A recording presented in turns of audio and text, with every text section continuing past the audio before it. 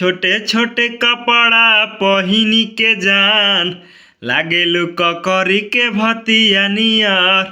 और छोटे छोटे कपड़ा पहिनी के जान लागेलू ककरी के भतिया नियर। तो हेलो दोस्तों, आपका स्वागत है हमारे YouTube channel writer Mahesh Prajapati में। तो दोस्तों, आज हम एक न्यू ट्रैक लोकगीत सॉन्ग लेकर आए हैं जो फुल और फ्री है। काफ़ी अच्छा मैटर है, तो चलिए स्टार्ट करते हैं बिना समय गवाए मुखड़े के साथ।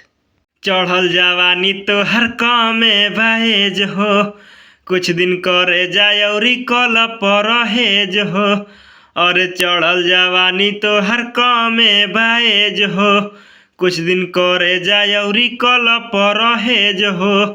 देखाव ताड़ू हरकतिया छोटे बचिया नियर।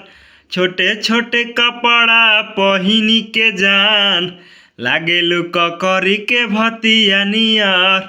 और छोटे छोटे कपड़ा पहिनी के जान लागेलू ककरी के भतिया नियर। अंतरा फर्स्ट पतरी कमर तोहर लागेला अनोखा, केतना ई लइकन के दे तारू धोखा।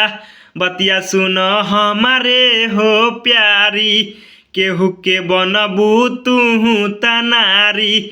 अरे बतिया सुन हमारे हो प्यारी, केहू के बनबू तूहू तनारी। कहला पचर के लुखटिया नियर।